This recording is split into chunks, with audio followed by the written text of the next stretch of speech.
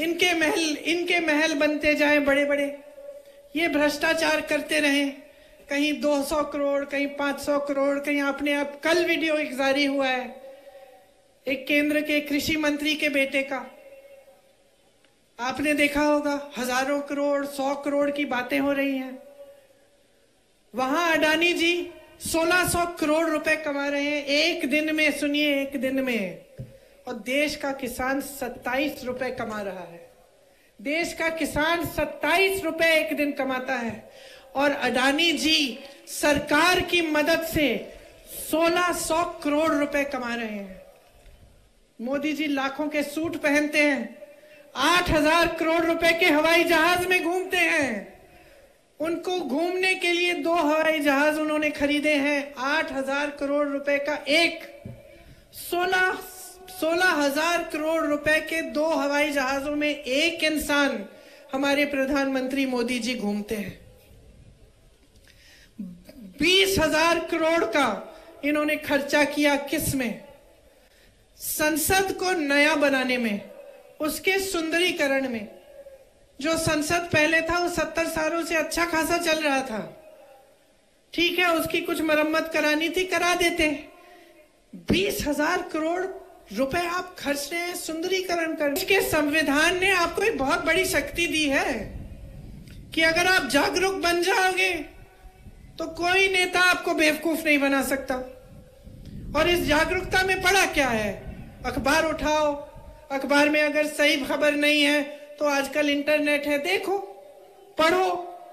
जो लोग वहां से आ रहे हैं छत्तीसगढ़ से पूछो कि भाई वाकई तुम्हारे प्रदेश में सबसे ज्यादा रोजगार है, कैसे हुआ? कि भाई वाकई तुम्हारे यहाँ गौठान बन रहे हैं जहां पे सबकी तरक्की हो रही है, आपकी कमाई भी हो रही है। पता करो, पूछो, जो पलायन करके गया है उससे पूछो, दूसरे प्रदेशों में क्या हालात है, कांग्रेस की सरकारें क्या कर रही हैं। जागरूक बनो, क्योंकि इस जागरूकता से ना आपका भविष्य जुड़ा हुआ है। अगर आप अपने भविष्य को गहराई से नहीं समझेंगे और आज की राजनीति को गहराई से नहीं समझेंगे तो आगे तरक्की नहीं होगी आपकी। मेरी बहनें बैठी हैं और बड़ी घोषणा की भाजपा ने कि आपको हर महीने पैसे दिए जाएंगे, ठीक है, डालने भी शुरू कर लिए उन्होंने। मैं आपसे पूछना चाहती हूं कि ये घोषणा चुनाव से 3 महीने पहले क्यों की? क्या इससे पहले महिलाएं संकट में नहीं थी? क्या इससे पहले महंगाई की समस्या नहीं थी? क्या इससे पहले आप पूरे समाज का बोझ नहीं उठा रही थी अपने कंधों पर? क्या इससे पहले आप खेती में काम नहीं कर रही थी? आप नौकरियां नहीं कर रही थी? आप अपने बच्चों का परवरिश नहीं कर रही थी? कि अब जागे हैं ये? 18 सालों से इनकी सरकार रही है, गैस का दाम, गैस सिलेंडर का दाम अभी कम किया है। 18 सालों से इनकी सरकार चल रही है, इनको अब सूझा है कि हर महीने आपको कुछ देंगे ये पैसे। तो सोचिए, इन्होंने घोषणा की कि महिलाओं के लिए हमने एक बड़ा आरक्षण का बिल पास किया है। वाह वाह वाह, पूरी देश की मीडिया ने इनका खूब इवेंटबाजी की, आपने सारी पब्लिसिटी देख ली, मोदी जी आए, सबने तालियां बजाई, सब महिलाओं ने माले लगाए। और लागू कब होगा? 10 साल बाद बहनों। तो ये कैसी घोषणा है? ये कैसी बिल है जो पास हो गई है लेकिन 10 साल तक लागू नहीं हो सकती? और हम कहते हैं अभी लागू करो, अभी लागू करो, 33% महिलाओं को आरक्षण देना है, अभी दो। तो पीछे हट जाते हैं। इसी तरह से जब हम कहते हैं जातिगत जनगणना करो, हम क्यों कह रहे हैं? क्या मतलब है इस जातिगत जनगणना की? एक गिनती है कि देश में, प्रदेश में कौन सी जाति के कितने लोग हैं। इससे क्या होगा? हमें पता चलेगा कि आदिवासी इतने हैं, कि एससी इतने हैं, दलित इतने हैं, कि ओबीसी के इतने लोग हैं, कि गरीब लोग इतने हैं। तब हमें पता चलेगा कि हम किस तरह से इन लोगों की मदद कर पाए। अगर सरकार को पता ही नहीं होगा, अगर ये जनगणना होगी ही नहीं, तो सरकार मदद कैसे करेगी? सही नीतियां बनेंगी कैसे? तो बिहार में गिनती हो गई, बिहार की प्रदेश की सरकार ने गिनती की, पता चला कि 84% ओबीसी, आदिवासी और दलित है। अब आप सोचो, अगर बिहार में 84% ओबीसी, आदिवासी और दलित हैं, तो लगभग पूरे देश में ही इतना होगा, थोड़ा सा ऊपर नीचे होगा। लेकिन अगर आप पूरे देश में देखें कि बड़े बड़े पदों पे कौन है, बड़े बड़े उद्योगपति कौन है, जो यूनिवर्सिटीज हैं इनके वाइस चांसलर कौन है, जो बड़ी बड़ी मीडिया की कंपनियां हैं इनको कौन चलाता है, तो आपको पता चलेगा कि आपका प्रतिनिधित्व इसमें नहीं है। हम कहते हैं जातिगत जनगणना करो, गिनती करो भाई, प्रतिनिधित्व हो सबका, सही तरह से सबका विकास हो। चुप हो जाते हैं, पीछे हट जाते हैं, तरह तरह की बातें करने लगते हैं। तो आपको समझना है कि ये लोग सचमुच आपकी भलाई चाहते हैं कि नहीं, आपका विकास चाहते हैं कि नहीं, या फिर सिर्फ अपनी सत्ता में मग्न है और भ्रष्टाचार और सत्ता को रखने के लिए, भ्रष्टाचार करने के लिए, अपने बड़े बड़े महलों को बनाने के लिए ही ये सत्ता में रहना चाहते हैं और ये सरकार चलाते हैं। तो देखिए, मेरी समझ में तो इनकी जो सरकारें हैं वो बड़ी बड़ी उद्योगपतियों के लिए चल रही हैं। आज मिडिल क्लास के लिए कोई सोच नहीं है, नौजवानों के लिए कोई सोच नहीं है, गरीबों और किसानों के लिए तो छोड़ ही दीजिए, आदिवासियों के लिए, दलितों के लिए छोड़ ही दीजिए। आपने खुद देखा है कि आपका कितना अपमान होता है। वीडियो निकला था, एक शर्मनाक वीडियो, आप सबने देखा होगा। फिर क्या हुआ, चुनाव का समय है तो मुख्यमंत्री जी ने उस लड़के के पैर धोए जिसके साथ इतनी खराब हरकत, गंदी हरकत की गई थी।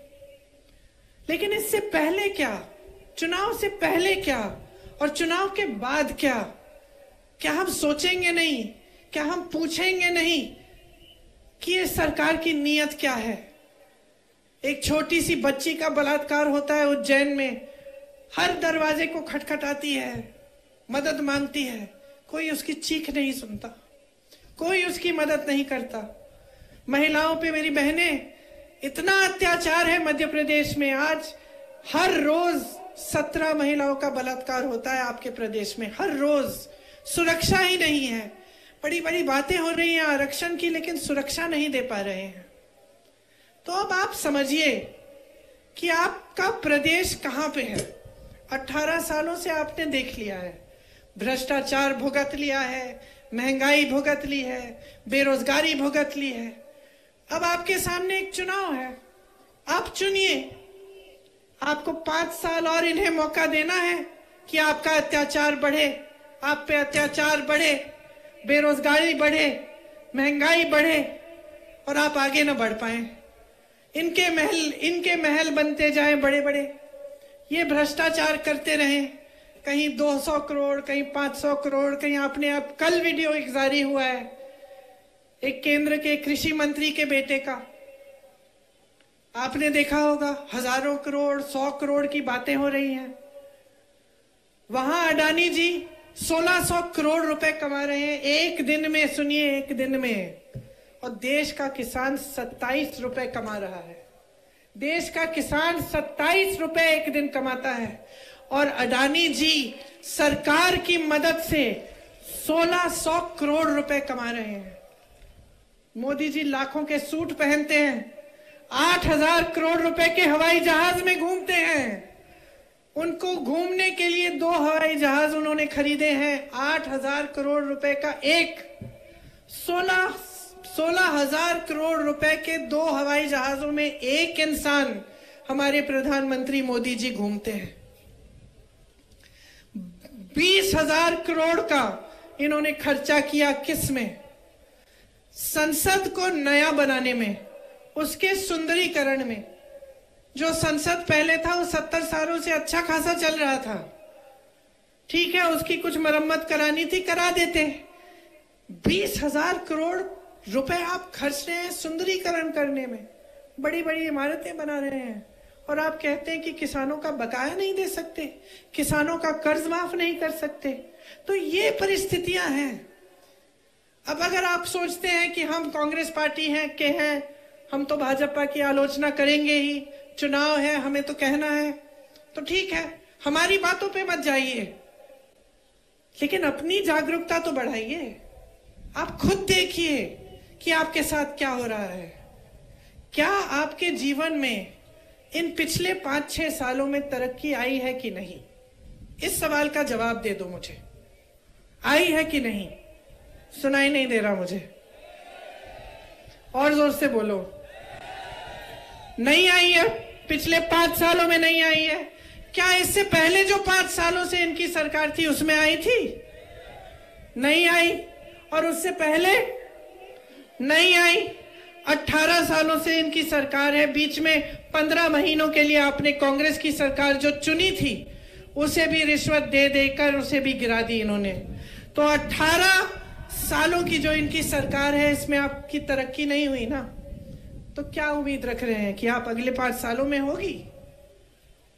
तो आपको दिख नहीं रहा है कि जितनी भी घोषणाएं आपके सामने की जा रही हैं सब खोखली हैं, सब खोखली हैं बहनों और भाइयों।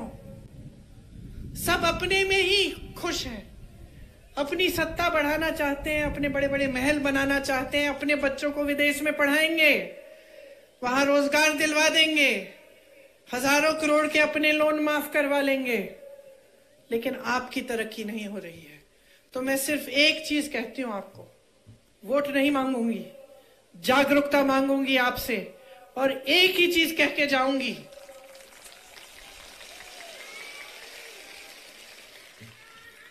जो आपने देखा है, जो आपके साथ इस सरकार ने किया है, उसे गहराई से खुद समझो, अपनी जागरूकता बढ़ाओ और अपनी जागरूकता के आधार पर अपना वोट दो।